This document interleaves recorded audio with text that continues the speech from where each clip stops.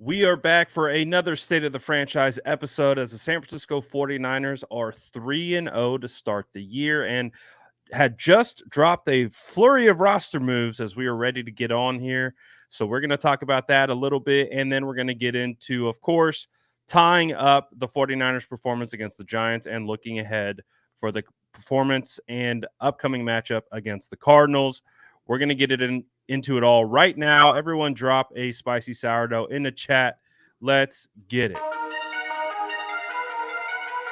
That's Jason Aponte. I'm Brad Graham. We're going to get into it all right now.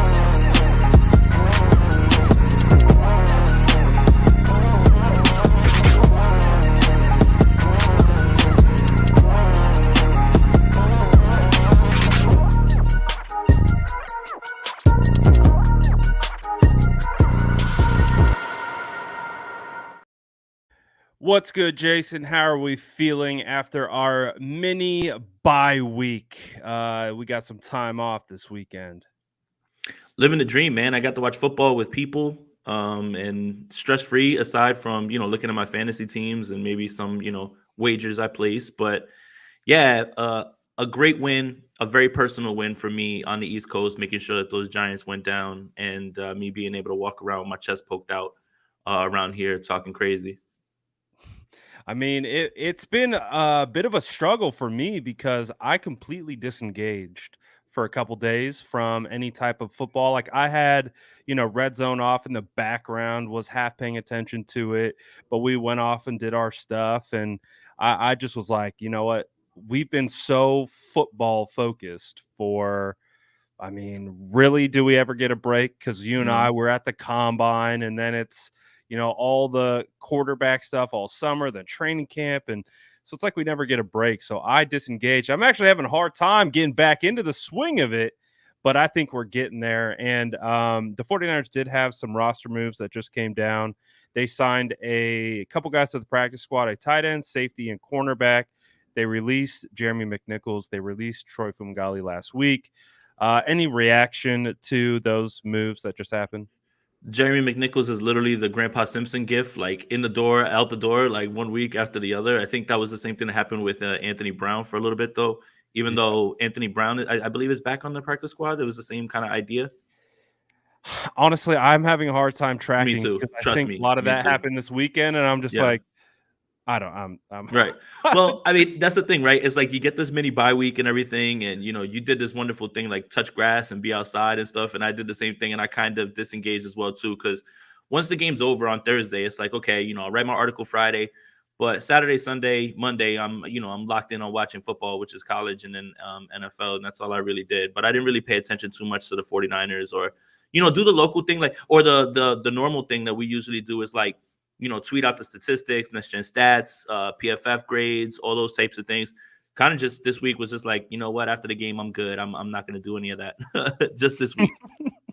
It's been pretty nice. I'm not gonna lie. Just getting back into the swing of it though, and obviously the bye week I think suited this team well. They're getting healthy at the right time. Brandon Ayuk returned to practice today in a limited fashion. Same with Ambry Thomas, Deebo Samuel, Jawan Jennings, and Drake Greenlaw did not practice today. Are you concerned about that, or do you think that's more of kind of a maintenance situation? Well, after the long layoff, to have this happen on Wednesday is either they're just taking it slow or it's a little bit more serious than we expected. With Debo, I believe it's a knee as well too. Besides the ribs, and I think David Lombardi was the one who pointed that out. So it could be a situation where we see Brandon Ayuk again and Deebo Samuel takes the week off and it's another big George Kittle game and they can rest them and get them ready for week 5. Again, the 49ers are not looking past the Cardinals, but they have to be thinking about like having all of their dogs ready on week 5 against the Cowboys. And I think, you don't want to take anyone for granted. And I think that's going to be the theme of this show is about the NFL and, the Dallas Cowboys go down to the Cardinals. Gardner Minshew beats the Baltimore Ravens. CJ Stroud beats the Jacksonville Jaguars. Like, there is a lot to the any given Sunday thing, and if you don't come out prepared, you will get beat. It doesn't matter who it is. So I think that they are still kind of thinking about, like, what's the right long-term thing, and I think they know what's at stake week 5 against the Cowboys in terms of, like, pecking order and kind of proving something to themselves and everybody else. Yeah, because we got through this weekend and only 3 teams left undefeated. It's the San Francisco 49ers, the Eagles, and the Dolphins. Coach Mike, I love the fact that I put down $50 on Coach Mike for Coach of the Year at plus 650. That is looking Oh, wow. very good right now. Very, very good. Yeah, I mean, they went crazy. Raheem Mostert, A-Chain, just bonkers. More on A Chain in a little bit when we get to the best ball league as well, guys. Somebody had A Chain and Keenan Allen. Mm. Went absolutely nuclear. Yeah, I'm gonna need a best ball update here at the end because Yep. I actually haven't even seen what the Mhm. updates are. So you'll definitely bring us up to speed on that at the end of this. But as we keep moving forward, and again, I don't think we need to spend a ton of time on the Giants because it's been a Mhm. while. It's It's about to be going a on a week. week Yeah. almost, right? So but this is the first time I've gotten a chance to talk to you. It's the first time that we've gotten a chance to do it on State of the Franchise. So maybe some higher level topics about the Giants versus 49ers. What was kind of some of your main takeaways from that game? Well, I think the biggest one, and I think this is the most obvious one, is that the Giants were just ready to blitz. I think they didn't blitz on 5 dropbacks the entire game. And early on, it did seem, 85%. or it was like, Crazy. but it was like 5 whole dropbacks out of like the 32 for Brock or something like that, if I'm not mistaken, per next gen stats. Um, that was obviously their game plan, right? They obviously believed that they couldn't get there with 4, and they didn't play any zone. Everything was press man and had everything pretty close. You could see that Brandon Ayuk was missed a little bit because the separation that was being gained by Ayuk and Ayuk by Samuel and Jennings. I mean, Debo had a hell of a game. Don't get it twisted. But talking Right. about separation, like on routes, you could tell that Ayuk was a little bit missed. And in the beginning, it had Brock Purdy, maybe forcing the ball a little bit too quickly. But I think the Giants' biggest mistake in this game was blitzing every single down because Kyle and Brock said, okay, well, if that's what you're going to do, then we've got blitz beaters. We can get the ball out quickly, and you're going to take away downfield shots, fine. But we're still going to be able to, if you're going to put Christian McCaffrey and Debo Samuel in the flat and have one guy try to bring them down, good luck. I mean, I'll take those matchups every single time. So I think if the Giants showed those same fronts, mugged those defenders, and then dropped 2, sent 4 from different directions, it might have been more effective. But the whole it basically was like for you guys who play Madden, it was like engage 8 all game. Like they were literally just running everybody up to the line and just trying to send them as fast as they could. But Brock and Kyle, they figured it out, and you know that you can't continue to do that. But I will say this, Brad, and I want to ask you this with the little success that you did see early on, and the little success still led to points, by the way, and the 49ers put up 30 points even in the beginning when, things weren't exactly clicking offensively. I think that you're definitely going to see teams try to lift that a little bit and try to use that at the right time. I don't think they'll go as crazy as the Giants did in terms of like every single drop back, but I think they'll do a little bit of what I was saying where they're going to mug all those defenders, show all of them, and drop 2 from one side and bring 4 from the other, or have someone replace somebody. And I think that is the way that maybe you can get some pressure, maybe you can cause a turnover. But you know what's funny is Brock under pressure and against the blitz, he's fine. Now, he just gets better as the game goes along, man. So I think that's my overarching take. I think again, the other thing is we kind of overlook the Giants because no Saquon, no Andrew Thomas.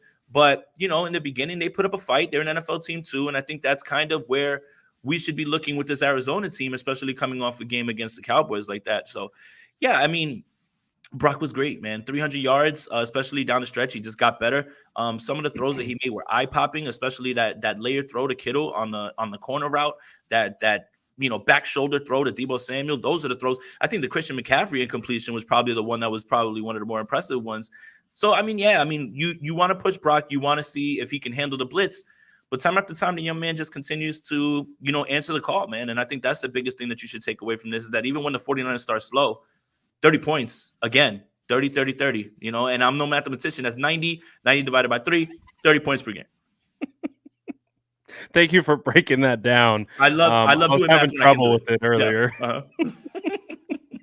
But no, I agree. I mean, spot on with your overarching takes on that game. Again, Brock started off a little slow, almost had 2 near interceptions on that first drive alone. The one to Kittle where he had to play defense on it, and then the one to Debo where he was dealing with some pressure on it. But again, the biggest thing with I think, there are certain people that are waiting for Brock's floor to fall out. They're waiting for him to come back to reality.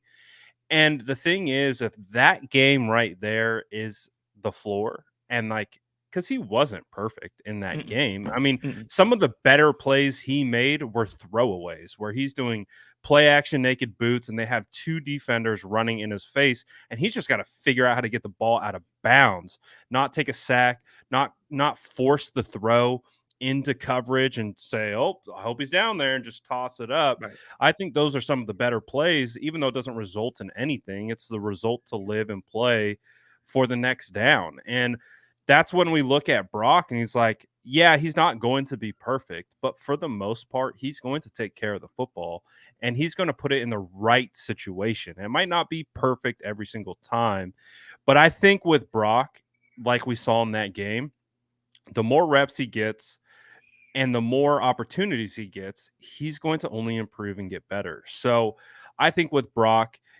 I'm not expecting a Justin Herbert level type, or whoever, you know what I mean? Tua. Or Tua. Tua's cooking, good for Tua. Yeah, man. But who's to say like Brock can't get to that point where he's comfortable, enough years in the offense, enough continuity built up with his wide receivers? Because I mean, like you talked about it, that back shoulder, like the back shoulders are difficult throws because it takes being on the same page with your wide receiver to understand and read the cornerback's leverage, to be on the same page, to know that this ball's coming to your back shoulder. I'm not throwing it upfield to your, extending you toward the back pylon. I'm throwing this on the defender's back, and I'm expecting you to stop your momentum and come back and fight for the football through the defender. And the one to Debo, like you talked about, the drop that CMC had, which was a dime. Mm-hmm. And then also, too, even throwing with anticipation to Ronnie The Bell Ronnie Bell one, I was about to with say. I knew we missed one. with a free rusher barreling Mhm. down on him, Mhm. and he's got to throw it before Ronnie even breaks out. Um, there's a lot to like there. So is Brock a perfect quarterback? I would say no. He's not going to ever be your prototypical guy. But for Kyle Shanahan, I see a guy who can do exactly what Kyle needs, and I still see room for improvement with Brock. And don't get it twisted. Like, this is not to be negative or anything like that, but Brock Purdy, when he plays enough games, he's going to have a bad game. Every single quarterback that has ever played football in the history of the game has had a bad game. But it was just because we've seen so much good football early on, that first quarter was kind of jarring for people. And again, there is a subset of people that are just waiting for Brock to struggle. And when he does, it'll be, oh, aha, see, right? Like, it's you're waiting for those moments. But if you're looking at a 1 quarter sample size to confirm a prior of yours, and then you miss out on the other 3 quarters in which he was still getting that same amount of pressure, and you add in all those throws that were in there, then that's when you start to lose your objectivity. So there is, like, it just feels like, and it may not be, I'm not even talking about 49ers fans. I'm not even talking about 49ers fans. I'm just talking about the general NFL public media fans. Some are just sitting there waiting for Brock Purdy to have a bad game so they can jump all over it. And in the first quarter, they felt like they were getting what they wanted. And then the other 3 quarters, it just completely shuts them up. So again, look, when you play enough games in this league, you're going to have a bad game. That was not a bad game. That was not a bad game by any stretch of the imagination. There were some rough stretches in the first quarter, those first few drives, but you have to give the Giants credit. They were doing things that I don't think the 49ers thought they would, but they adjusted and they continued to play, man. And Brock continues. Brock stands in there and takes hits and throws the ball, man. I think that is something that's very important. It never looks like he's Tough. shaky. And I think Dan Orlovsky kind of broke it down the best when he talked about the difference between warm and hot. Hot is just like, you've got to get that ball out as soon as it's in your hands. Warm is you kind of know you can create a step or two back on the separation from the pass rusher, but you still have to let that thing go and put it in a place where the receiver can get it. I think Brock understands that very well, and it didn't really click to me until Dan was breaking it down. But it is true, like, right, like when it's hot, then you've got to have a slant wide open that's there that you can get the ball out to. If it's warm, then you know that opposed to yeah, creating space. you've got a free rusher on you. You're warm, but if you take a step back and you take and you move a little bit, that's pocket manipulation, and then you throw that thing out there, that's being warm and that's being aware. So again, if you want to keep trying it, sure, you may have success for a drive or two, maybe three, but eventually Kyle Shanahan and this offense are going to get you. And if you want to play man on the outside and you want to have one guy trying to get to CMC or Debo in the flat, good luck trying to tackle those guys, because they're the ultimate check down and ultimate like last ditch resort, which a lot of teams just don't have. It's like, well, get them the ball and just let them run. Some people would take 6 yards there. Debo's not taking 6. He's taking 30 and 35. CMC's breaking 2 and 3 tackles. Those are the types of things that make this team special, because that's just quarterback play. But when you have skill position players that are that special, that's when you start to see those type of plays that seem like they come out of nowhere. Yeah, absolutely. And to kind of expand on the warm versus hot thing, I didn't see that breakdown, but it's 100% true because Brock does it all the time where he does the thing where he fades kind of to the left backside of the pocket and then he'll throw off platform fading away. I think that's one of the great things that Brock brings to the table as a quarterback is he doesn't need perfection within the pocket. It could be ugly, it could be muddy, he can either be stepping into the throw, he can be fading to his left, he could be fading to his right. He could literally be doing a straight fade back, like straight Kobe, like fade off the back foot. Like I think again, he doesn't have the strongest arm, but how he has manipulated his ability to get the ball where it needs to be under every situation. Again, I think that's what defenses are going to have a really hard time with because what do you do? Okay, we are going to throw zero blitz after zero blitz for 85% of the snaps. And guess what? Brock Purdy, more often than not, is going to either get the ball out, find his hot, or throw back shoulders because he knows he's got one-on-one coverage on the outside. So he found an answer to that. Okay, then what's the counter? We're going to play a lot of soft zone. Well, what's Brock going to do in that instance? Well, he's just going to pick you apart. And then, okay, you know what I'm saying? Like Yeah. what we're starting to see from Brock is he is, as we've talked about for a long time, he's an elite processor. So that with combined with his physical tools allows him to get the ball out, right? And that's the number one thing for the quarterback, right? Because I think the average time to throw in the NFL is typically around 2.5 seconds. I think in that game, Brock was getting the ball out, and like I think I saw 2.34 seconds. I think that was a next gen stat as well of how quick Brock was getting the ball out. And if you again, you keep blitzing, but if they find the answer to that, and that's what we keep hearing, right? Is oh, wait till they get tape on Brock. Well, they got tape on Brock. They got plenty of tape on Brock. He's almost got a full season under his belt now. Still got a couple games to go, but Brock's answering all. And I've heard this narrative too from national media that he's getting carried, right? Brock has CMC, Kittle, Ayuk, Debo, and he's getting carried by these guys. And this was after this game. And to me, it just feels like a casual take because, again, as we've discussed on how Brock did it, especially this game against the Giants, Ronnie Bell is not a he's a rookie in his third game as a 7th-round draft pick. And then, of course, Debo, we talked about the back shoulders, and we've talked about how he's been able to get the ball out. So I don't agree with the notion that he's being carried by these superstars. Two things can be true. He's surrounded by superstars and an elite play caller, but he's also pulling his weight. And I think a lot of people get upset and take it as a knock on Brock when you say it's a perfect marriage of these playmakers and his skill set and Shanahan's offense. That is somehow seen as you knocking down Brock Purdy's contributions. But I think all three of those things can be true. He is the perfect guy who can operate this offense at this level. He does have elite playmakers around him, and it is Shanahan's system. All of those things are true. All of them are true. 100%. It's not a knock at all. Like it should never be taken as someone trying to downplay what Brock's done. I think that's what is the most exciting thing about this offense, and the reason that regardless of slow start, regardless of game plan, as of right now, 30 points is what you're going to get. Now, we're going to see against Dallas Cowboys, against Philadelphia Eagles against defenses that, can get pressure with four, may not need to blitz as much, have cover guys, although Trevon Diggs is out, unfortunately for the Dallas Cowboys. But you'll see that a little bit more.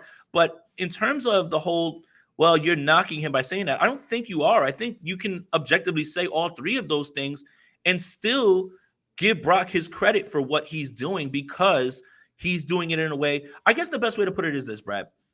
We've seen glimpses of Mullins and Beathard and Hoyer have these really good games under Shanahan.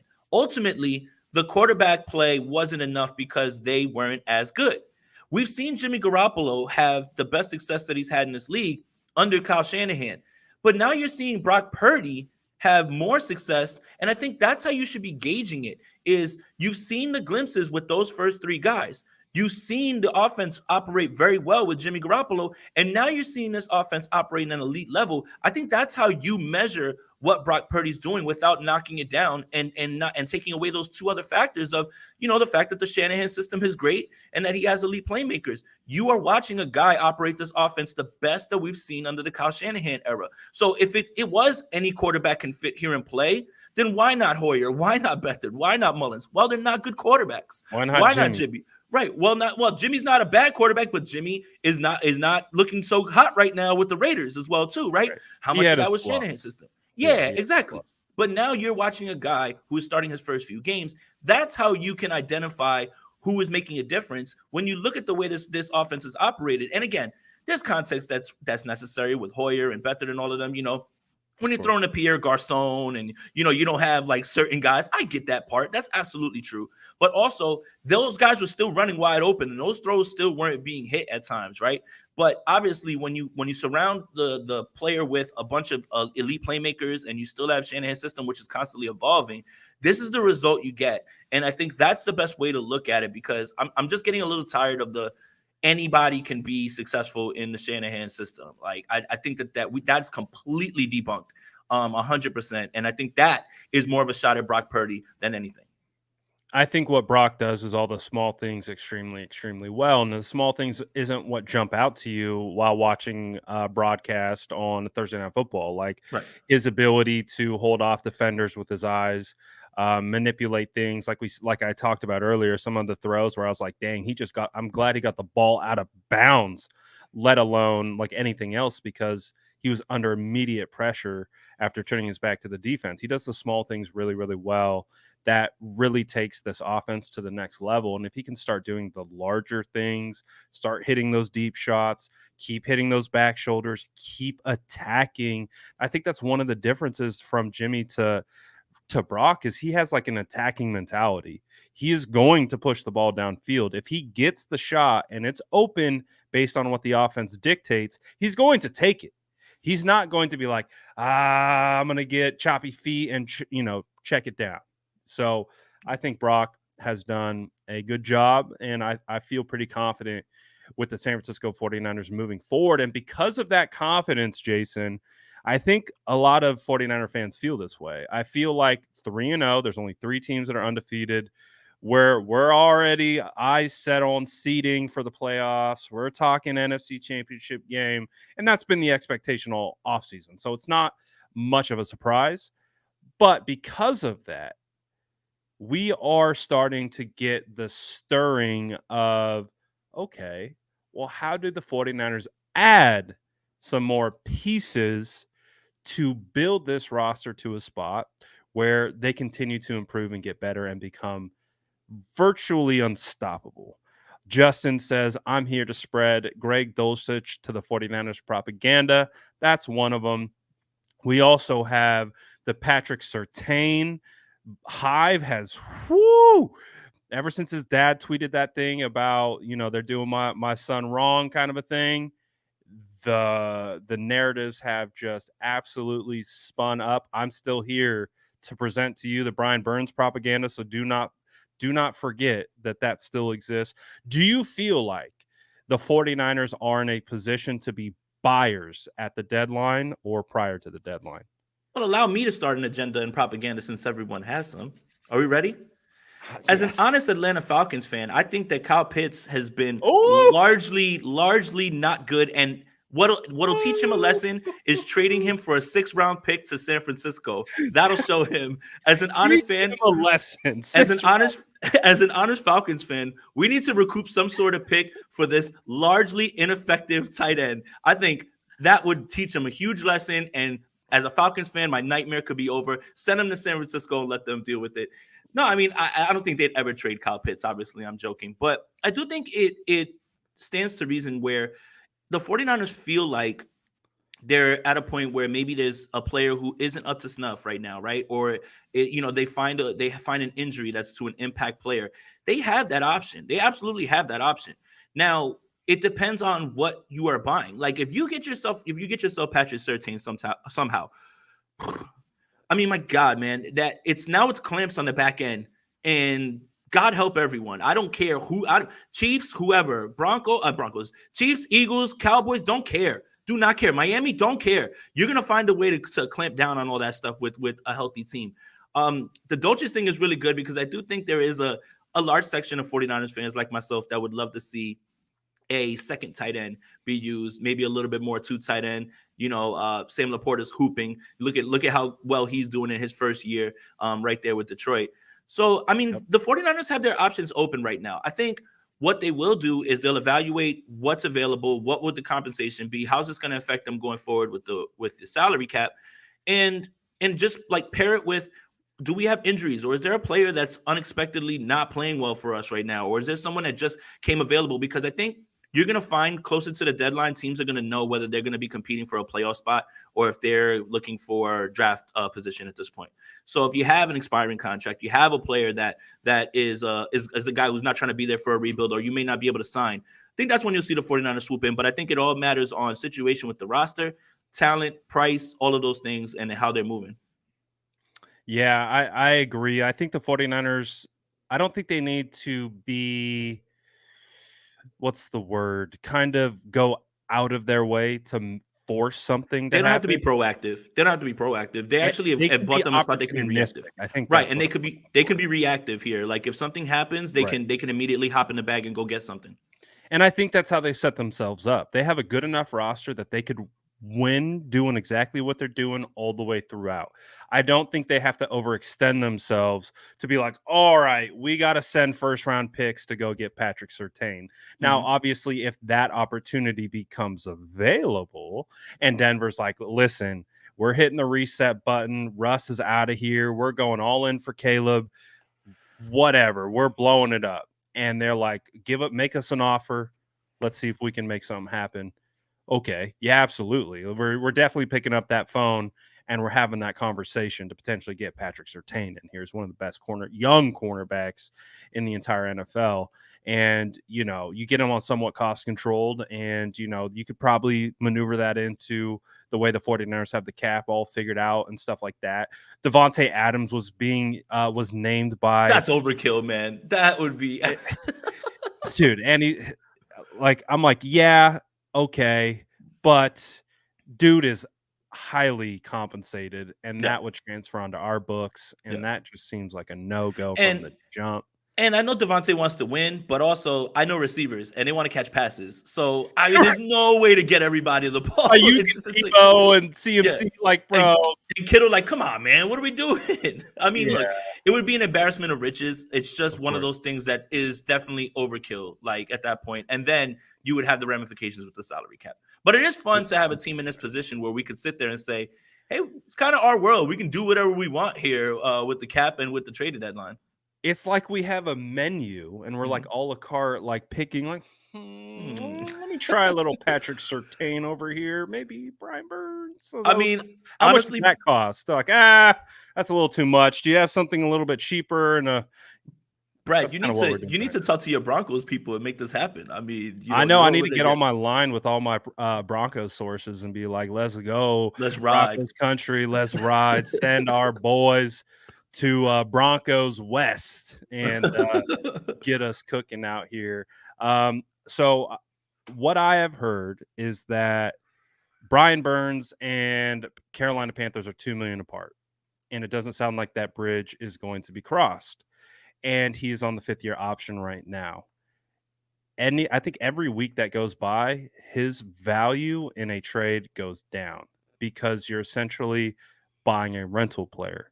So I'm just until he inks, the agenda thrives. Lives. And so it's out there. And but like we're talking about, I don't think John Lynch is going to bang down the door like the Kool-Aid man and be like, give me Brian Burns. Like if the Panthers call the 49ers, will be like, listen, it's run its course. We're not extending him and we want to offload him. They clearly have a relationship with the Christian McCaffrey trade and all that type of stuff.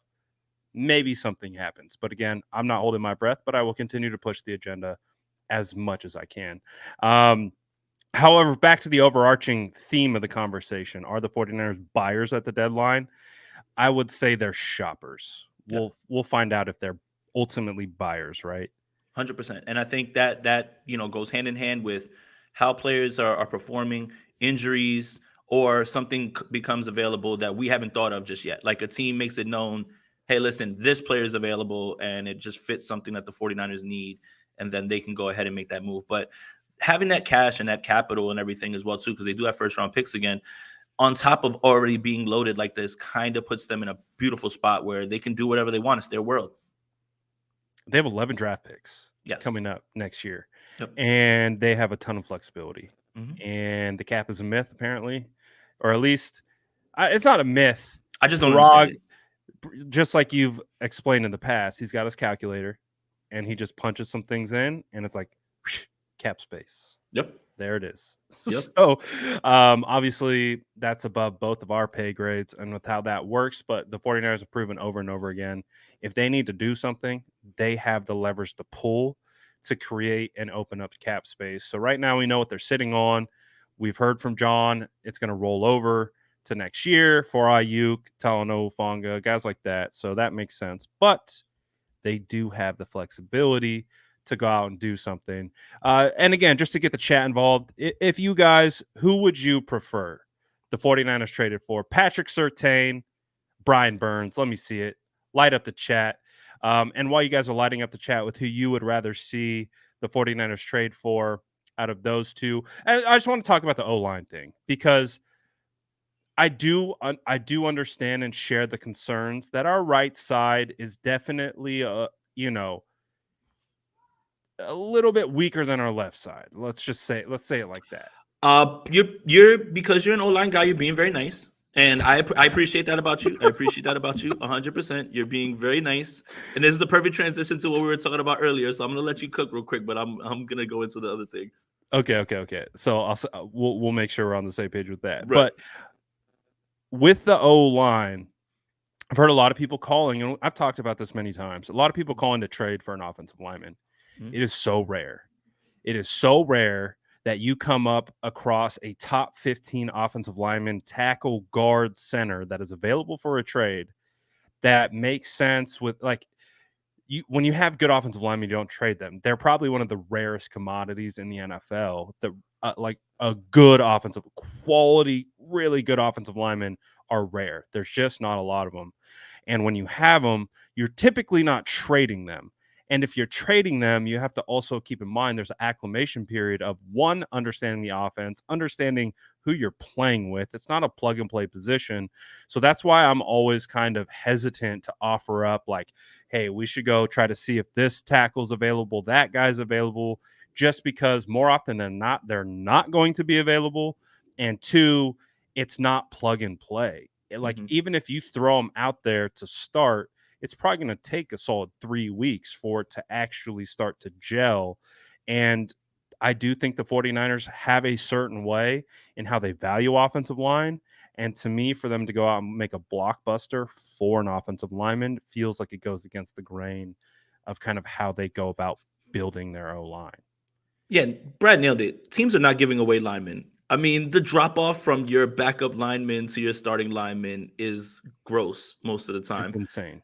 And all 32 teams would feel it immediately if they lost a starting reliable lineman. I Yeah. don't think that that's ever a position that you're going to be seeing traded for, right? Like Yeah. it doesn't make sense because that has such a trickle down effect not only on your entire line, but your quarterback still needs protecting, or it's a good way to get somebody out there, that can't block and was relegated to the bench to now have to guard somebody's blind side and possibly hurt a franchise quarterback or something like that. So, teams just like the 49ers have their concerns all over the line.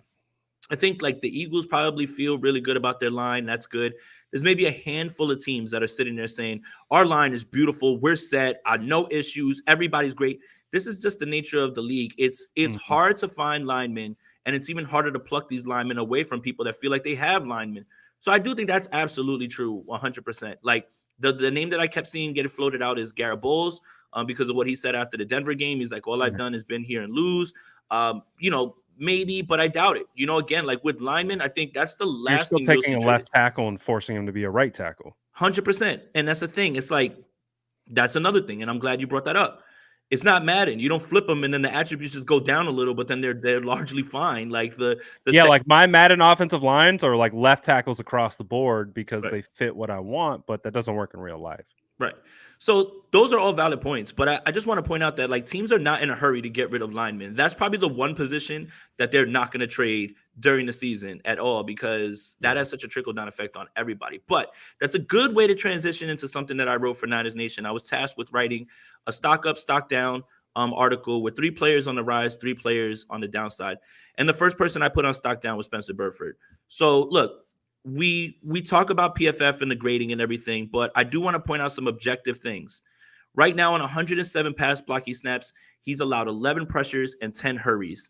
Look, that's just not good. That's about 10% of the time that he's giving up. Again, man, math on the top of the head. It's about a 10% chance that he's going to give up a pressure or a hurry, right? Now, we want to talk about the grades. He's the lowest graded offensive lineman, 37.3 overall. He has a pass blocking grade of 7.6 by PFF.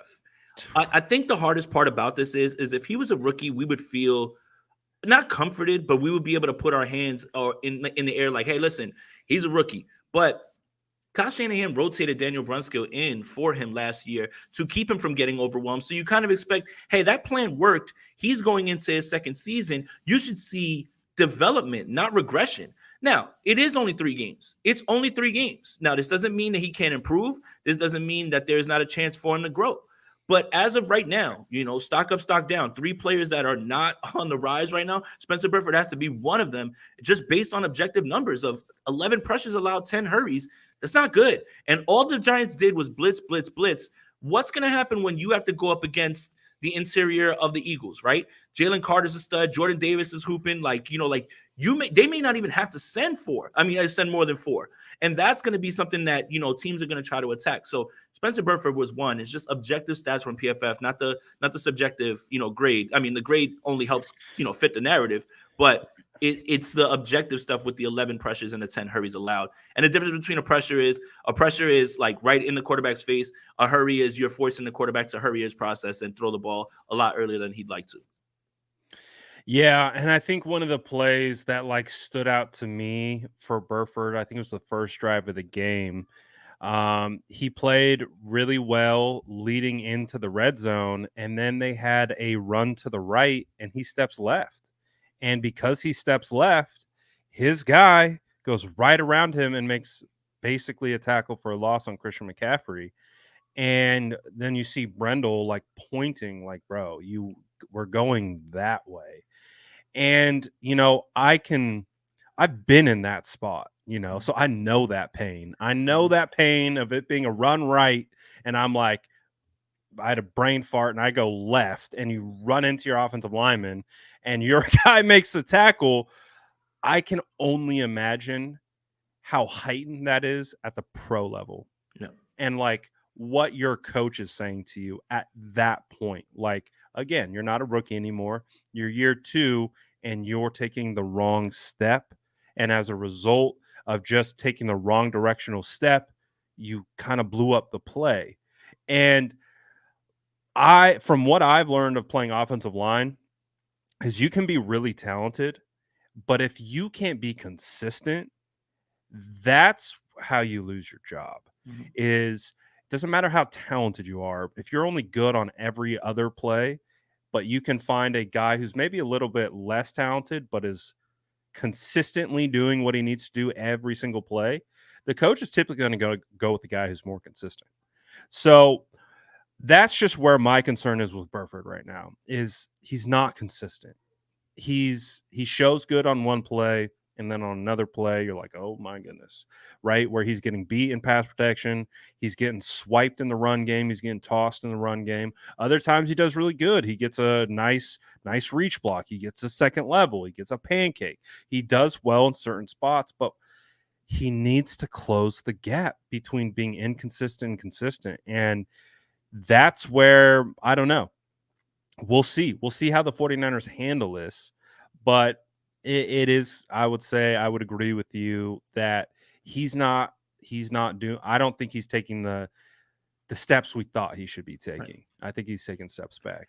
I think that's how you have to view the development process, right? If it's somebody playing their first few games, and you can sit there and say, listen, he's got to work through some things. But when you look at the plan that Shanahan put in place to keep him from being overwhelmed, and now all of a sudden it's like, man, I don't understand where the steps right now. And you really haven't even faced like the top of the top yet. And that's gonna happen in bigger games. So it's not full-blown panic, but it has to be a concern just based on the way he's played. Now, I've got another lineman on here, and I want you to push back on this one for me, okay? Okay. Okay. It's not Colton McKivitz, not just yet. Not just yet, because I think he was okay on Thursday. I think he was okay. Like I think what I was more worried about with McKivitz on Thursday after I watched the tape again wasn't the pass blocking misses, was the misses in the run game. Like literally missing the assignment of blocking down to create that crease for McCaffrey. Those are the things I need you to be steady on. Pass blocking is kind of like a 50-50 thing, especially when you're facing, either blitzes or high-end pass rushes, right? Like you're gonna succeed sometimes. The better ones like Trent usually win all those reps. But for the most part, as a tackle, you just have to kind of not blow it a bunch of times. You're gonna be expected to get beat when you're put on that island, especially against higher end guys. But the guy that I'm looking at is Jake Brendel, and I want you to push back on this for me, because I thought he was very good in the first 2 weeks. I thought he was very solid, right? But this week, and this is partly due to the fact that the Giants continue to rush up the middle and put pressure on the offensive line. So that's part of the context here. But he's given up 6 hurries, 7 pressures, and a QB hit. His overall pass blocking grade now sits at 33.3. That probably wasn't one of Brendel's better performances. So that doesn't mean that overall after 3 games he's trending downward. It's just in a game where I'm literally looking at this game plan as going to be lifted by somebody else in some form or fashion, whether that's here and there or just outright assault like it was with the Giants. I need you to be able to step up throughout the game and get it done. And it felt like he was struggling along with it basically was almost everybody on the line except Trent in this game, man, just because of the assault. Like even Banks, he wasn't graded highly, but I'm not going to put him in this situation because I think he's been overall fine. And then Trent is Trent. But I want you to push back on the Brendel thing for me, just in case that I'm tripping. Maybe I'm not seeing something, and maybe there's something else that you can add to the conversation. No, there's definitely a couple plays where Brendel got beat, and he's going up against two of the best interior defensive tackles in the league, and it's going Yep, to happen. And you could see what they were doing. They were technically advanced. They were pushing his elbows, and then they were able to gain the leverage and get around him. So it's not like, but it wasn't like an egregious beat. So it's one of those things where it's a trench battle, right? Like these hmm guys are going to go back and forth. And he did definitely had some plays where he didn't, come out on the right side of it. But also while watching it and going back and watching it, I thought he did okay. I didn't think it was something where I'm like, oh, like hmm because he did have two really good performances leading up to it. And then watching this one, it was one where I could be like, I could contextualize it a little bit more. Like, all right, he's going up against some really good guys. He did really good against Aaron Donald last week. He did. This week, he was put in more one-on-one situations, and also not only being in one-on-one situations, we saw what they were doing up front. So it was kind of putting them, I think, in a bit of a situation where, as a center, you're thinking a mile a minute because you're calling the protections, you're trying to identify the mic, you're trying to get your guys sliding to the right direction, you're trying to pass off guys. I didn't see anything that was just egregious. I saw normal wear and tear of offensive line battle between two really good defensive tackles and a defense blitzing the house at them. I thought overall, considering everything, the offensive line did okay. I Mhm. know there were some busts here or there with protections, but again, with what they were throwing at them, it's kind of to be expected a little bit. So honestly, I don't think the offensive line as a whole though is playing as good as they need to be. I think the whole offensive line needs to be playing better. Mhm. The run game isn't where it needs to be. Mhm. And it's kind of been that way the last couple years or last 2 years. Christian McCaffrey is a great, what's the word? Like He has vision. He knows the vision, he and masks he understands. a lot of the issues Yes. because of his vision and Right. because of his feel. Um, they need to get better. They need to be more consistent as a group up front when it comes to run blocking. You can tell they have a lot more success running to the left side, and it feels more apparent. I know it's been a talking point the last couple years, but it feels more apparent than ever. And I just think, and it's to be expected. They're going to need some time to gel and get after it. But that is one thing that I want to see that group improve upon. They can still win behind this group, but it could be better. They Yeah. could. There are tons of room for this offensive line group to improve in run blocking, and all those different aspects. And if they can do that, they're going to be unstoppable. And I think when we look over at Miami, that's why they're seeing a lot of success. Is they're running the ball Yeah. at extremely efficient clip, and because of that, it just is opening up everything, and no one knows what to stop. Right.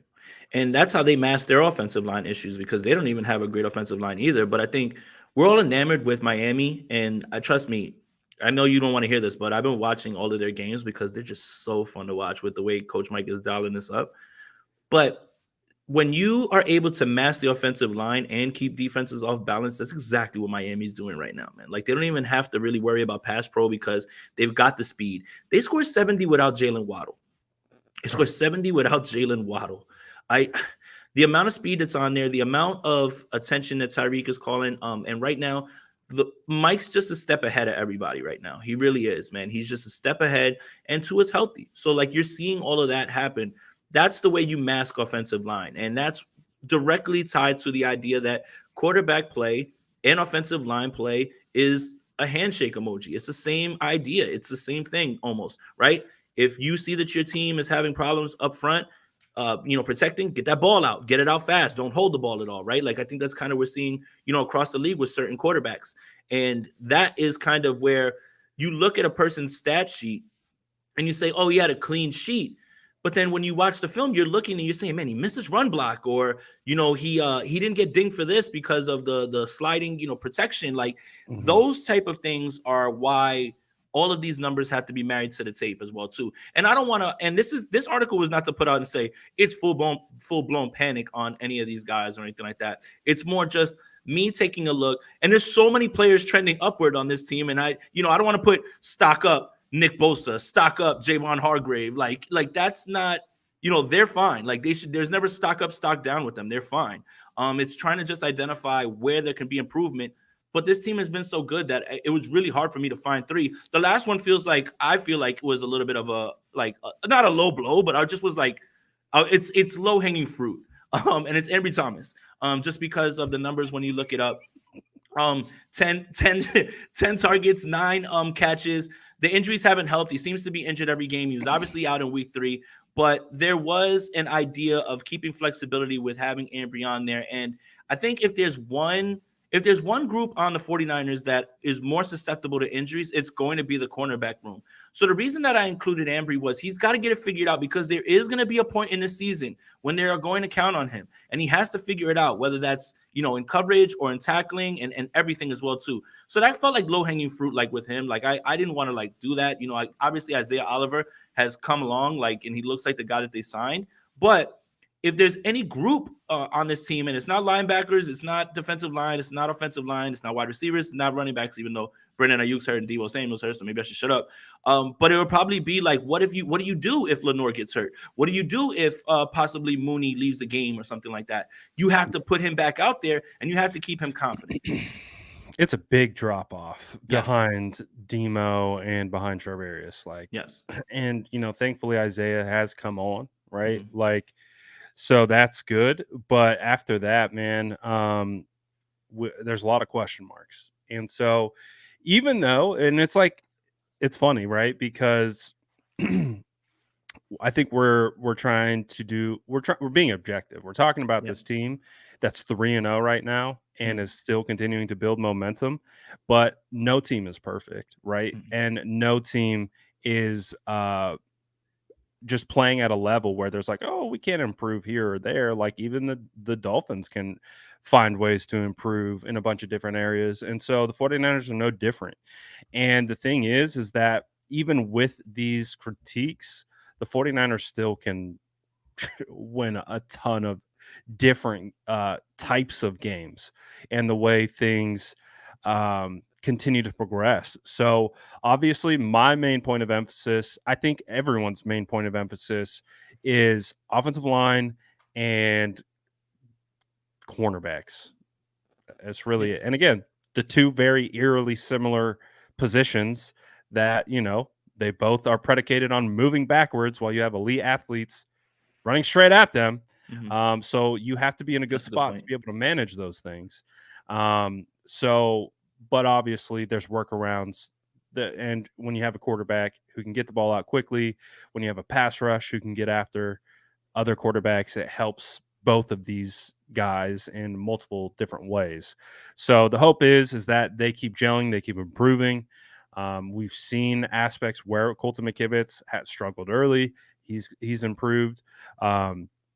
So we'll see. We'll see Yeah. how it goes. I don't expect every one of these guys to have, you know, amazing games every single time. So Mhm.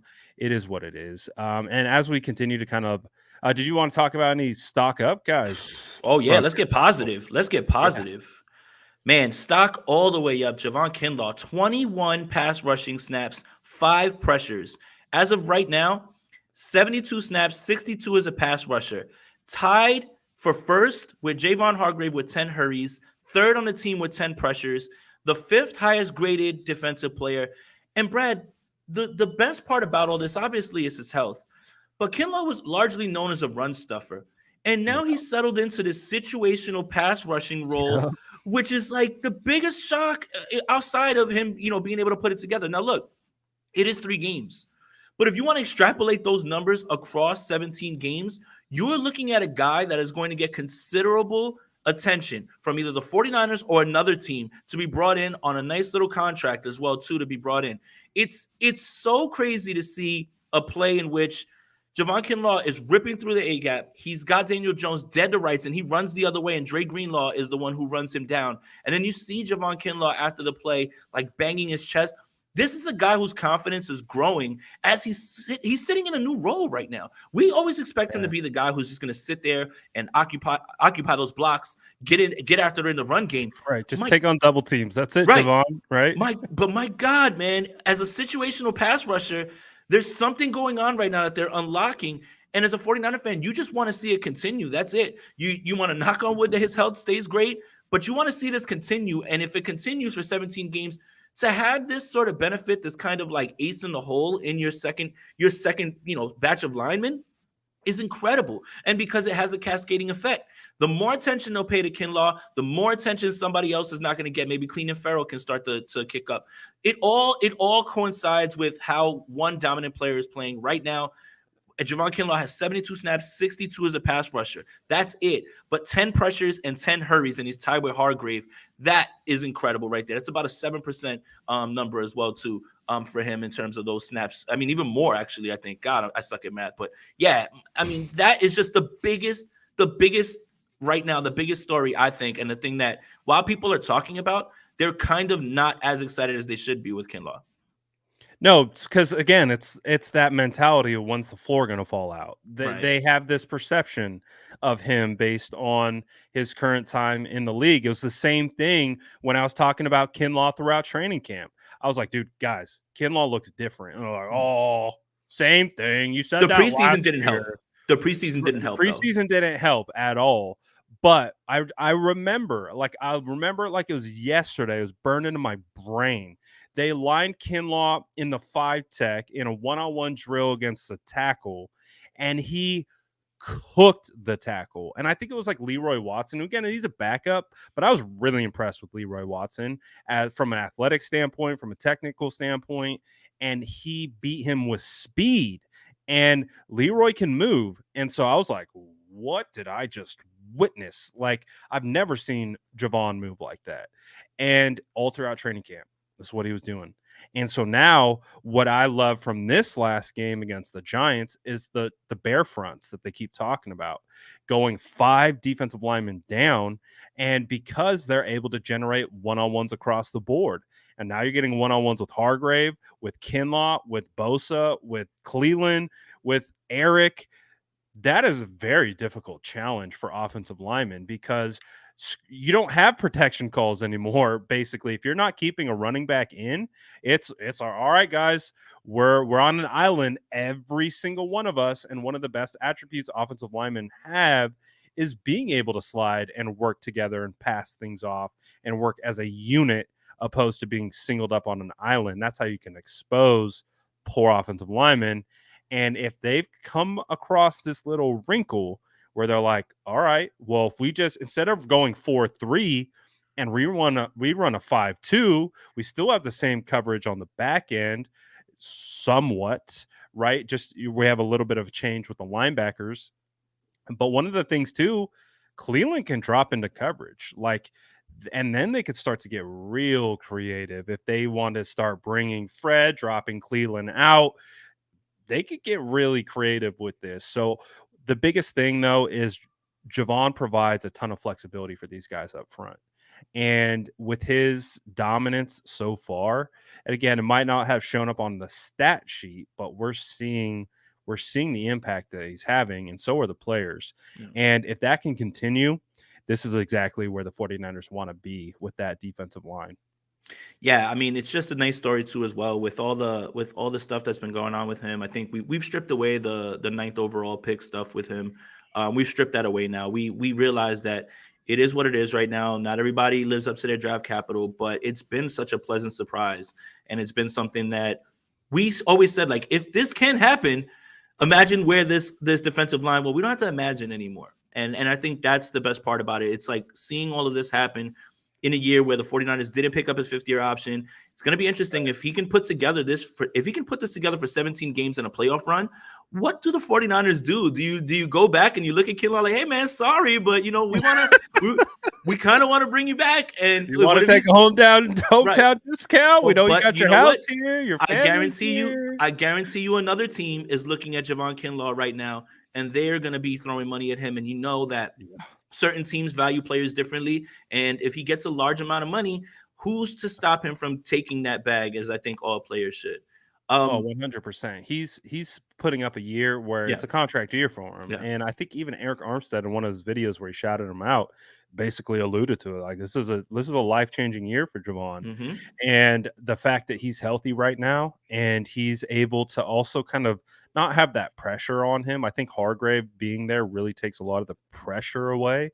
And now every time he's in, he's chomping at the bit. Mm-hmm. And I'm happy for Javon. A lot of people gave up on Javon. And I'm just really happy to see that he's finding some success, because it's going to contribute to team success. And that's ultimately what we're looking for. What other stock up guys you got? To Sean Gibson, man. I think it's because it's so easy to overlook him at this point, because you're so worried about what's going on with the other corner spot. I think everybody knows what Mooney is, and Hufanga's got. He's got to have a magnet in his gloves, right? Like, every bouncing ball that's up. I mean, if it gets tipped at the line, I just expect Hufanga to be under it for some reason. I just don't understand how he's always there, right? But Gibson is often forgotten because he's a guy that they're not targeting. He's only been targeted 4 times, allowed 2 catches for 6 yards in coverage through 3 weeks. In 151 coverage snaps, he's the second highest graded member of the secondary, 77.1. He has just been flying under the radar. And kind of what's interesting about this, Brad, is in a year in which I love Jair Brown. In a year where we kind of maybe pegged Gibson as a guy who might slide out of that role, and they're going to roll Tig in there and maybe have 3 safeties, or maybe have Tig be a guy like Hufanga who could play downhill. I don't know how you take Gibson out of this lineup right now with what he's done and the stability he's providing on the back end.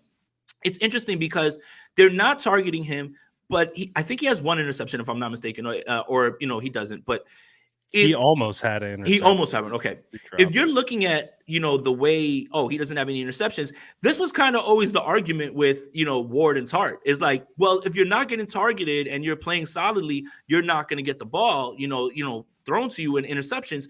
Gibson's just flying under the radar for how good he is, man. And he kind of just got pegged as a guy that you were like, well, he's just a 1-year guy and he's holding the seat warm for Tig, and it might change even this year. I'm not sure how you get Gibson off the field at this point with the way he's been playing for 3 weeks. I mean, 49ers signed him right after the Minnesota preseason game last year, got thrown into the fire with the full offseason with the team. You can make the argument he's gotten better with Yeah. playing within his role. Obviously, he is who he is at this point, but I can guarantee you he understands, right, like what his responsibilities are at an infinitely different level than he did at the beginning of last year. So that's a good one. Who else you got? And this one's silly because I was looking for somebody else kind of for a stock up. You don't want to put Christian McCaffrey. You don't want to put Deebo Samuel. You could have put George Kittle, right, because he's been away. But it's still Brock Purdy, I think. When you look at the way he was under assault this entire game, and what everybody sees when things are going well is roses. But this league, it's not going to always go well. I find out more about quarterbacks when things don't go as planned early on. Can you adjust? Can you stay in there and you keep throwing those punches? So, I mean, obviously, in a game in which a lot of people are calling his worst game, he puts up his best passing yardage number ever, The right? most Over yards he's 300 yards, ever thrown. right? 300, right? And we still can say, hey, there's some things that you need to clean up here and there. There's still a world where this offense still hasn't hit its ceiling yet, and I think you'll see that as the season goes on because this is a team that typically peaks at the end of the year, right? It's great that they're getting off to a good start right now, and they're winning because they're better than these teams that they're facing, and they're coached better, and they have better players. But we're still at a point where we haven't seen this fully realized yet in terms of seeing all these guys hit all these throws and the linemen pick up blocks and everything. There's still room for growth, and yet 3 straight weeks, 30 points. It's got to be Brock Purdy stock up, man, at this point, because it went from us not knowing whether this young man was going to play football to start week 1 to here we are in week 3, and everybody's kind of crowning people, the best team in the league at this point. And a lot of that has to do with Purdy's play, especially on Thursday when you saw things in the beginning weren't as easy as they usually are. Guys weren't running butt ass wide open. There was a lot of protection issues and some throws that Purdy put in harm's way. But he never feels like the game is slipping away from him. He continues to bounce back. That's what you want to see. Things aren't always going to be perfect. You're not going to score 40 every game, but you want to see the adversity. How do you respond? And then how do you keep going? And I think Purdy's been showing all of that, and he definitely did it on Thursday. Yeah, and the tape was impressive. Like in real time, you're like, "Ooh, this doesn't feel like a good game." Like it's like, are we having that? We having that moment where it's like, "Oh, Brock Purdy, everyone's been waiting for it," and it's like, actually go back, and you're like, "No, he actually played really well, considering the circumstances and what they did to and what they were trying to do to him." And again, it comes back to the earlier conversation that we had. He just has answers. And that's the biggest thing. One of the biggest attributes you want from a quarterback is when crap falls apart, know where to go with the football. That's it. Or if you get a busted protection up front, or your receiver runs the wrong route and you have to come off your read. I saw one where like Kittle fell down on a route and he just was like, "All right, I'm throwing it out of bounds. I'm not even gonna mess with it." I'm like, that's a plus play to me because he fell down and he's just like, "All right, I'm about to get tackled," and he just threw it to the spot. So let's say Kittle happened to break out, he could potentially get it, but he's just like, "Oh, it's a low risk play that was busted from the start." So I think it's the small things he does well and all that type of stuff. And obviously, this is going to transition into the game coming up against the Cardinals. And again, any given Sunday, Cardinals take down the Cowboys. Now, I'm going to be honest, I haven't watched that game. I still want to go back and watch it. I have. But maybe you can give us some insight into it. Do the 49ers need to be a little bit on more high alert this week, then maybe it's like, it's Cardinals. But hey, the Cardinals have come into our home with Colt McCoy and taken it to us. So Right. that's nothing new for this group. Well, the Cardinals, let's say, week one against the Commanders were right on the doorstep of winning. The next week against the Giants had a 28-point lead. And then what happened against the Cowboys is a multitude of things. First of all, they ran the hell out of the ball, and that's what they're trying to do. I think they're running the ball at like a 60% clip. Now, that's got to be the main focus for the 49ers in this game. What you wanted to see on Thursday was, well, Daniel Jones has wheels. Can they lock him up? They locked him up. He didn't do anything with his legs. He was just escaping the pocket to try to just get rid of the football, not looking to tuck it and run.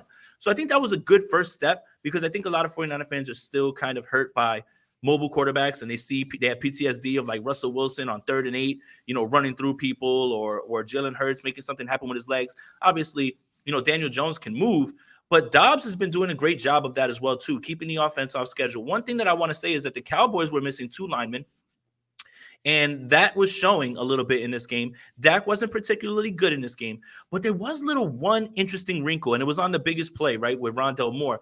I think the Cardinals have kind of found something with Rondale Moore in the backfield as opposed to using him as a receiver. Now, you're not going to see a heavy dose of Rondale Moore in this game, like you talked about, like 7, 8 rushes, which is a lot for a wide receiver. I know we see it with Deebo Samuel at times.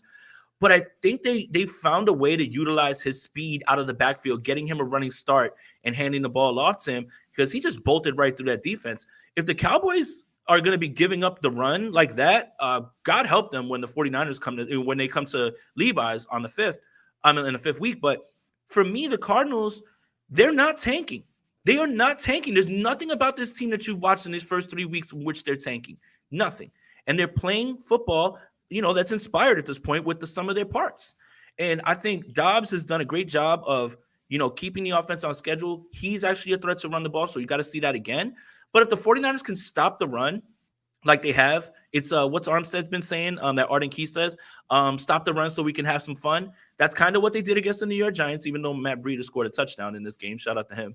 But if they can hold down James Conner and, those little plays to Rondale Moore and the Dobbs running, it puts them one-dimensional. And that sounds like a cheap game plan, and it's almost kind of what you want to do every week. But when you notice a team is running the football like at a 60-40 clip, and that's one of their weaknesses, it has to be an emphasis to be able to not give up those plays on 3rd down to the quarterback. Make sure that you're keeping them down in distance that's long and obvious pass situations. And honestly, just making sure that Dobbs isn't having those back-breaking plays on like 3rd and 4, 3rd and 5 when you're trying to get off the field. Kind of what I noticed in this game. Dak wasn't very good. That was a horrible interception. Don't know what he was looking at on that play.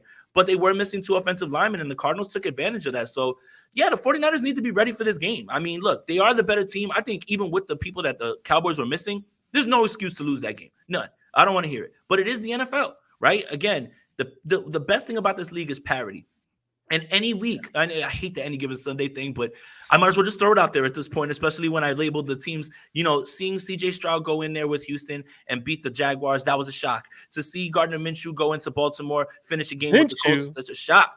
And then you see this one, that's a shock. So, I mean, look, divisional games are always weird. They're clunky. We saw with the Rams, but the Cardinals are not tanking. They're just not tanking. I'm not thinking that way. And that's kind of always been my contention is, you don't keep your job if you go out there and you lose 0-17 or you're just putrid the entire time.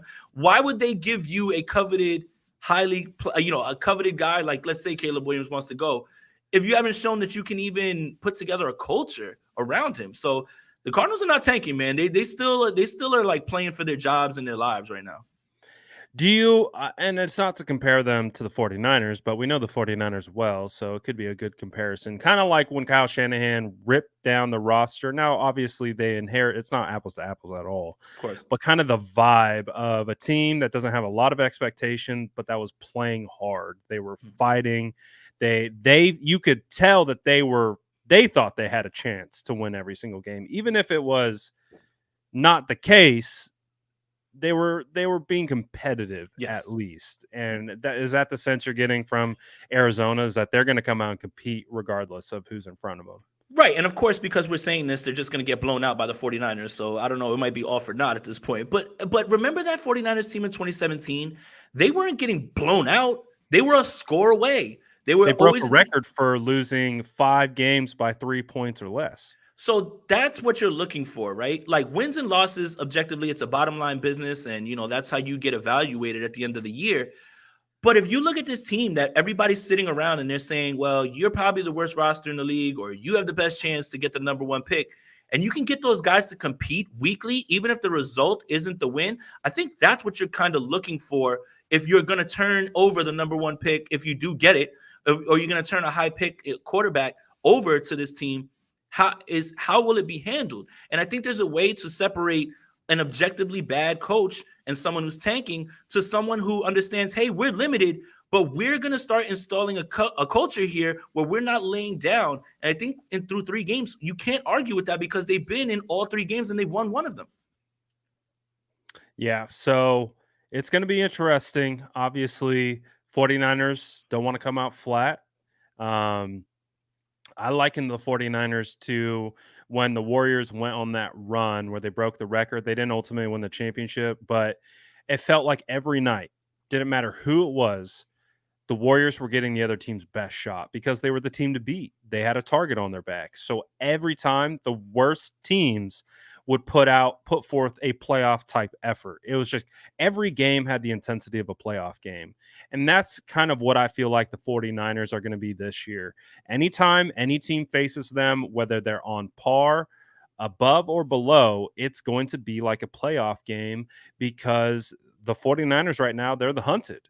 They're the guys that are at atop of the NFC West, and they're going to be treated that way. So it's going to be very interesting to see what this game looks like against AZ because again, how many times have we come on and done these shows? Oh, the 49ers are about to wax the Cardinals, and we come back on like, what just happened? We just got beat by the Not Colt Cardinals. McCoy, Like, not Colt McCoy and Cliff Kingsbury beating us. I mean, what was it? Week 1 in the COVID year that happened. Then the year oh, the after, week 1 was the worst one worst. because Yeah. it was COVID and off a Super Bowl loss, and like we needed something for our mental health, and it was the worst possible outcome because the offense played like crap. They Yeah. played so bad.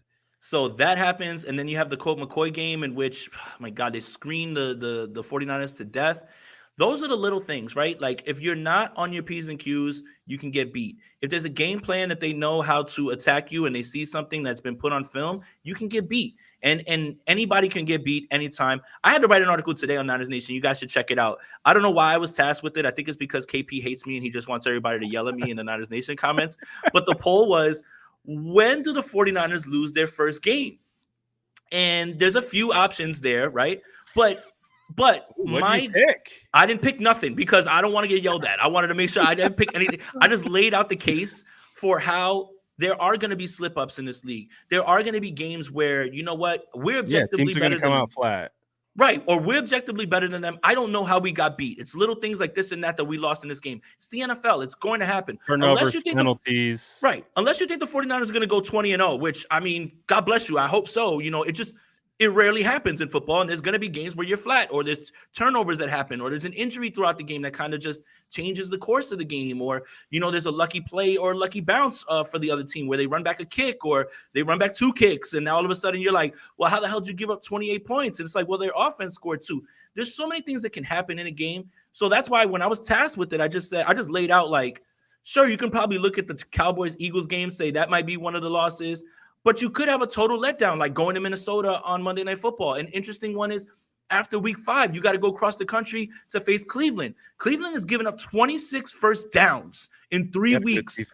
That is incredible, man. Like, no matter what you think of the offense, there's teams out there that are going to be ready to play. And just because we feel the 49ers are better than many teams roster-wise, coaching-wise, it still doesn't negate the fact that there's going to be times where some things are a little bit out of your control, and sometimes things are in your control. And if you come out flat, you can get beat in this league. So all that to say, I'm not picking anything because I don't want anybody to yell at me. Like, oh my God, this said we're gonna lose to the Cowboys. No, don't. I didn't say that. I did not say that. But I laid out how it could be a game against the Ravens on Christmas. It could be against the Bengals. Maybe they get it figured out. But there's always that chance of a slip up in the league, especially against a team that you feel is inferior to you. And that was kind of the point I was making.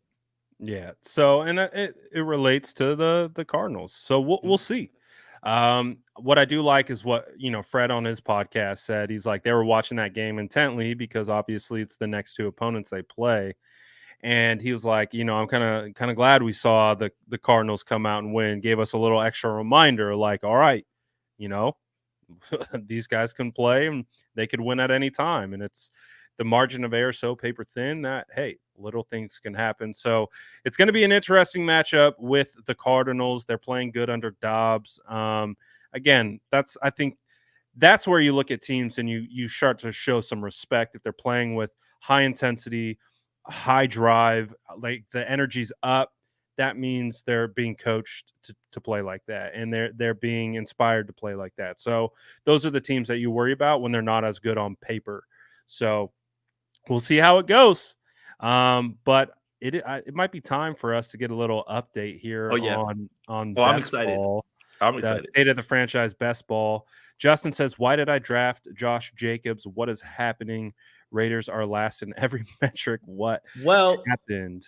it's a little bit of two things. One, facing great run defenses, and the fact that the Raiders have unfortunately turned the ball over a ton. But I do think the Josh Jacobs breakout's coming now this week. He's getting elite usage. I think it's like 87% of the snaps. You can't ask for anything more than that. And he's catching 3 passes a game. Who knows if Garoppolo is going to play? If not, it's Hoyer. Then you see an ultra reliance on Josh Jacobs because they may not be able to take a shot. I do think that this is the week that Josh Jacobs has a very good week. Even regardless of the quarterback, because the usage is there is what you want to see. And then you have the 3 catches, which in PPR, those 3 extra points and those yards are valuable. So I wouldn't go crazy just yet. There's definitely somebody who, if you're in a league and the manager of Josh Jacobs is kind of panicking and you feel like you can buy low on him, I absolutely would, because there's not many guys out there running that many routes and playing that much that you can just readily trade for. I just looked at the rankings. I have slidden. I've got it squared. mightily. Pull it up. I got it squared. I got it ready for you to throw up on the screen. I'm ready to go. Oh, look who's at the top. Oh, baby. Look who's at the Who's top. at the top? Well, here we go. But shout out to Justin. He's locked in too, man. He's just like, dude, he's like, shout out for making it. I was like, I didn't even know. So I've got Daniel Jones and Kirk Cousins. Kirk Cousins is on pace for 6,000 yards thrown. And you know what? That's not equating to wins, but who cares? We're here for fantasy football. I will take it. Ramondre Stevenson hasn't even really broken out yet. Alexander Madison, who knows what's happening right now with him, now that they have Cam Akers. But Devin A-Chain, come on down, pal. 49.3 points. Woo, that's the beauty of best ball. You don't have to start him. If your guy pops off, he's in the lineup. When you pair that with Keenan Allen, who went absolutely bonkers, set the record for most 11-plus reception games in the history of the NFL. What was it? That's 12 catches, boy. 146 yards, 50-yard touchdown. Shout out to Keenan Allen, man. I got a Keenan Allen jersey hanging up right over here. There you go. I put up this week the most, and it was 178.24, and it vaults me past the one and only by only 8 points. So the ebbs and flows of a best ball league is going to be like, hey, you're riding sky high right now. Currently, you're on pace to win $64, but a bad week from your team and another injury. I lost J.K. Dobbins. Thank God for Gus Edwards. But that's going to be the ebbs and flows of it. You'll see people jump up and jump down. And the one and only second, Patrick Mahomes and Desmond Ridder. Aaron Jones is back this week, it looks like. Rashad White has been another guy who's up there with 80% snaps. Miles Sanders is involved in the pass game, so that's very good. But when you have Tyreek Hill, man, come on. Tyreek Hill and Jordan Addison, and then Nico Collins, who's actually really shocking everybody right now and breaking out. Like, young man's very talented. And I think that's directly tied to C.J. Stroud, who's playing very good football. And Justin is here. Right now, he's got Lamar. He's got Jared Goff. Both of those guys are very productive. Christian McCaffrey, Josh Jacobs. Don't worry, it's coming. But Kyron Williams with his last pick, 49.9. Like, I think you got to feel great about that. Christian Watson hasn't played football yet, but Mike Evans is hooping for you. And the Adam Thielen move is really, really good, man, because they just target him. And you saw Andy Dalton kind of go off. And then Brad, don't click on mine. Don't click on mine. We don't need to. But I want to point out this. Jordan Love, CJ Stroud, both guys that if you would have told me we're going to be outscoring Justin Fields, I would have said no chance. But now you're still in a position where Justin can have a big blow up game, and you can jump on that, right? Eckler looks like he's going to be back this week. Derrick Henry's ready to bust out himself. Debo had a great game for you. Pittman, Zay Flowers. I think you're fine. Again, you're gonna find out the ebbs and flows of it, but like Njoku and Musgrove at the end Sorry, there, it's it's ripping not my really helping mouth you, man. looking at my roster.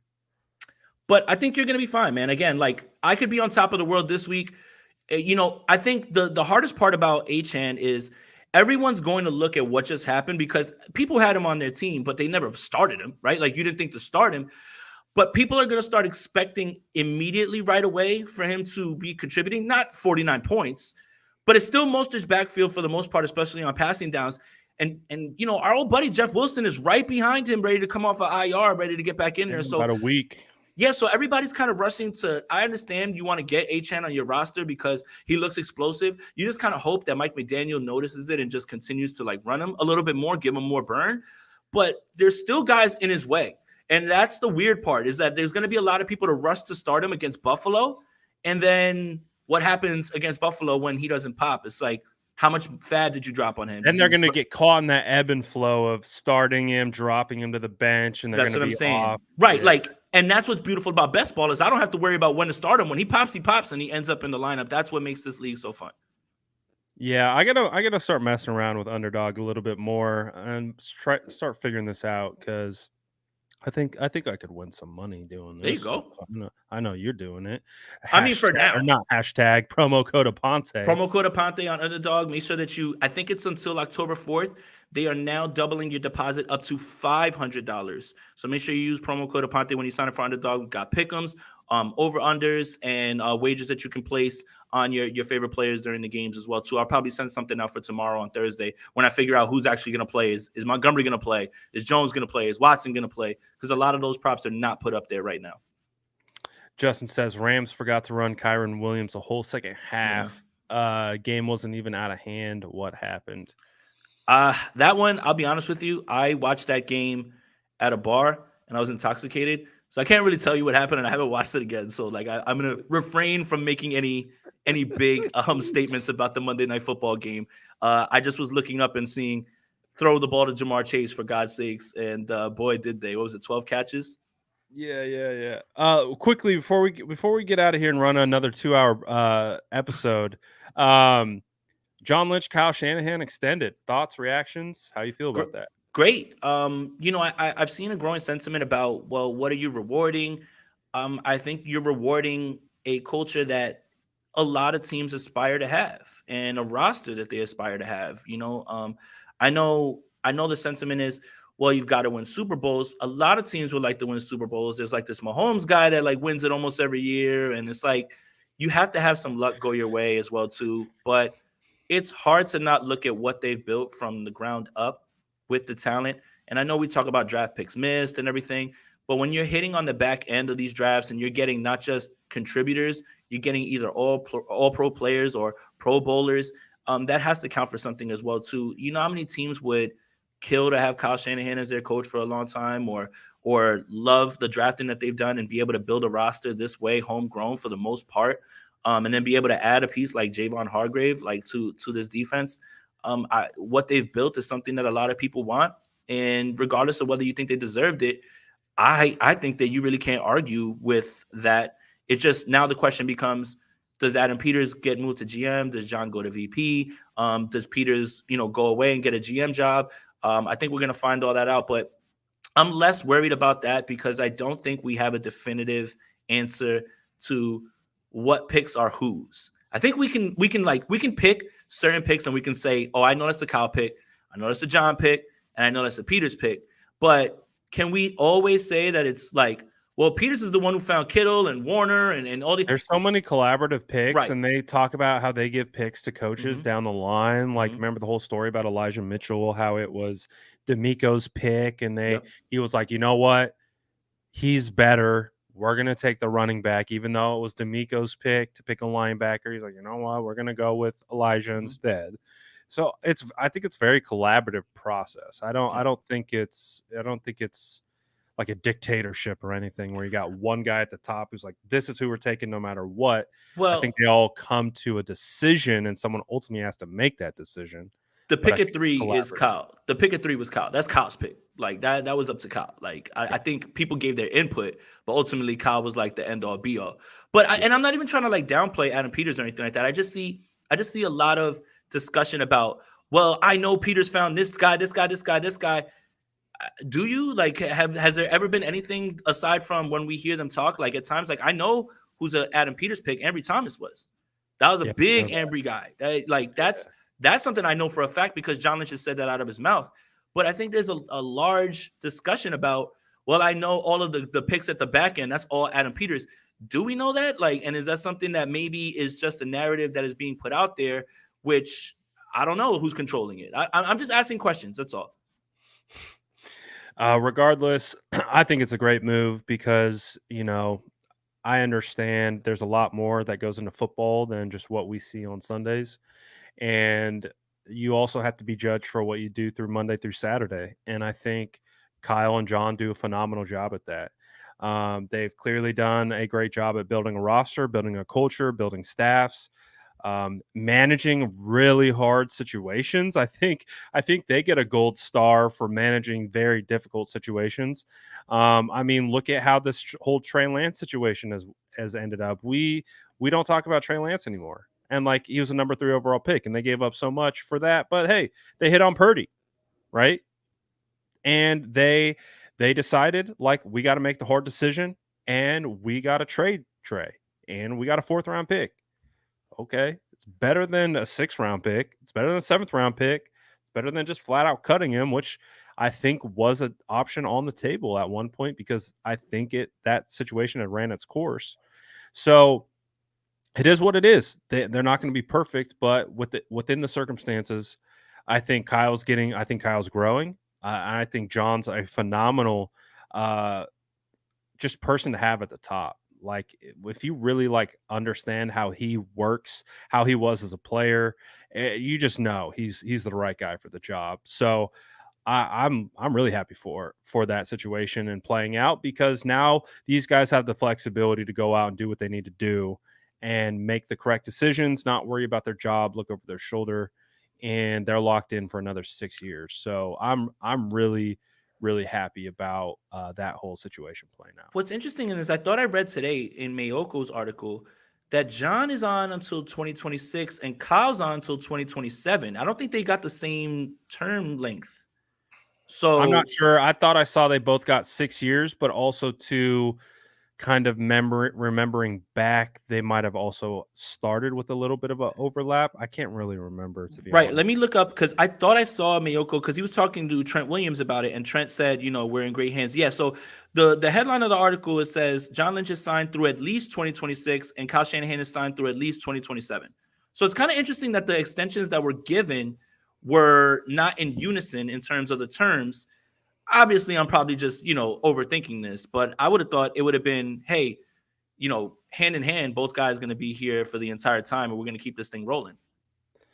Yeah, that is interesting. I don't know why they would do that, but Maybe it's John probably a has reason. expressed like, "Hey, man, I got 3 more years, and maybe I'm gonna get in the booth, or I'm gonna." My wife can't take any more. Yeah, right. Or it's just like this is a little bit too much for me. And Kyle is just He's like, like, Kyle, "Man, I wanna win that Kyle. ring. We're too Yeah, he'd be close. like, Can't I'm walk gonna away like now." ride off into the sunset eventually. I can't keep doing this with this damn media and the quarterbacks and all that stuff. Yeah. And Kyle is just like, Kyle's a gamer. Kyle just wants to be out there Kyle's a for as long as lifer. he. Yeah, He's gonna Kyle's be in gonna there want to coach forever. until he's like 80. Yeah. He's gonna be like his dad. His son's gonna be coaching. He's gonna have Yeah, an office at his next organization and all that kind of stuff. So yeah. overall, it's a good spot to be. 49ers are 3-0. There's still room for them to improve and get better, which is a great sign moving forward. And potentials to be buyers at the deadline if they want to add, an embarrassment of riches to their roster. They have that opportunity to do so. And guess what? Kyle Shanahan, John Lynch, they have that flexibility to go out and play with the future with their draft picks like that because they're locked in just like we discussed. So great spot to be right now at the San Francisco 49ers. Obviously, I don't want to call it a big game, but it's a division game, and every division game counts. And we know what our history is with these Cardinals. They typically play us pretty tough, and they just beat the Cowboys. So we're going to give them the respect heading into this week. I'm not going to treat it like the Rams. Like I think we all were like, oh, dog walk, like three touchdown win, and it's always funny how it works out. It always is like the counter opposite of what we think it is. That's what Like, I oh, that's what I was saying. We're giving the this Cardinals is a game respect, that and we're going to handedly, and now we're going right. to go to this being like, oh, it's going to be close, and then 49ers blow The them out. 49ers going to win by like 3 touchdowns, and we're going to be like, well, we blew it again.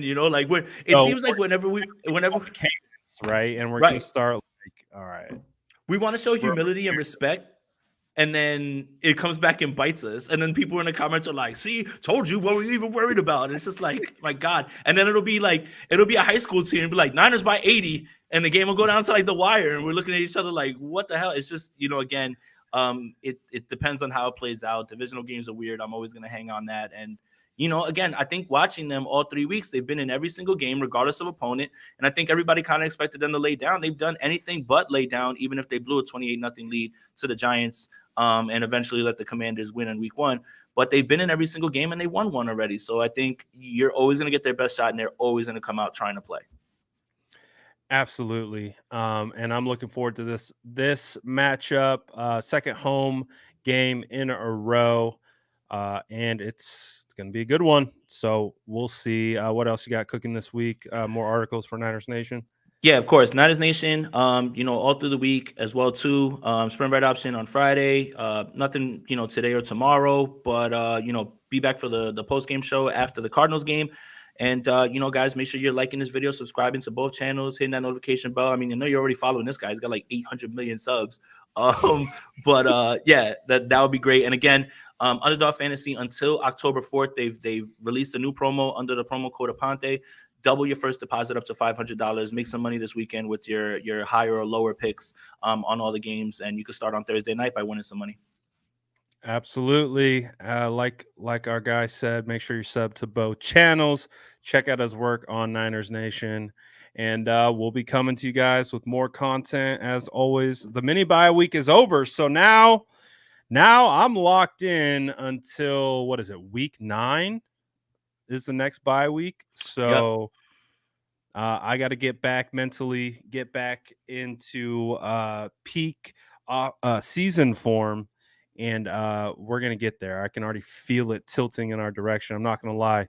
That break was really nice and much, much needed. Yep. And so I'm really looking forward to this bye week coming up. But until then, we got lots and lots of football to play, and it starts next week, this week, the Sunday against the Cardinals. Shout out to everyone. Appreciate you guys always tapping in for State of the Franchise.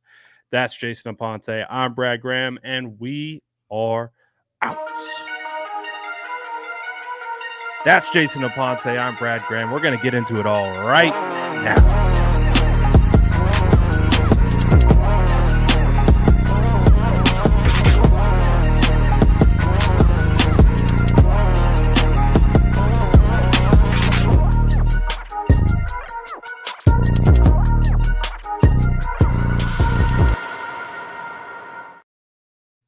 Well, this is protocol. Typically, when we get a super chat late, we have to answer it.